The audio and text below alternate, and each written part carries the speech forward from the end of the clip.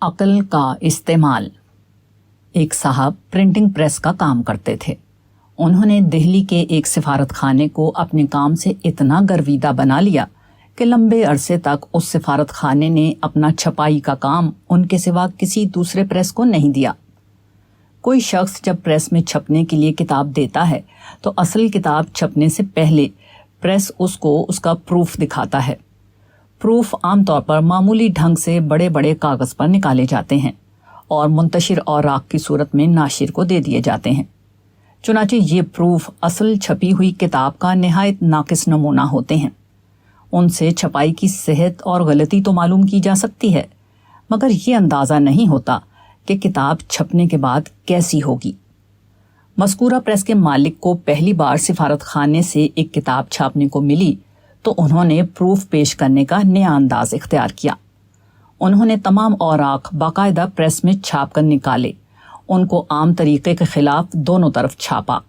اس طرح پوری کتاب کا ہر فارم اچھے کاغذ پر چھاپ کر اس کو کتاب کی طرح موڑا اور اس کی جلد بندی کر کے پوری کتاب کا ایک پیشگی نمونہ تیار کر دیا۔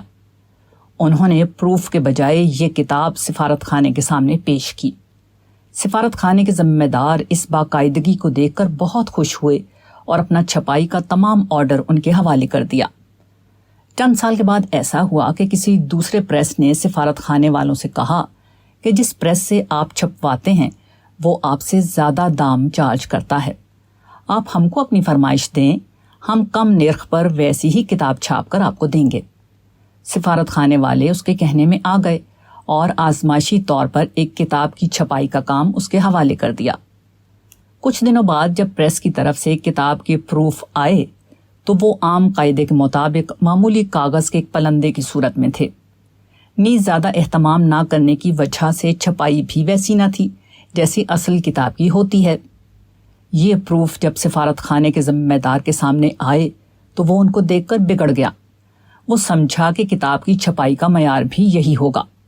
اس نے اس کو نااہل سمجھ کر اس کو دیا ہوا آرڈر منسوخ کر دیا اور دوبارہ سابقہ پریس سے فرمائش کی کہ وہ اس کا کام کرے۔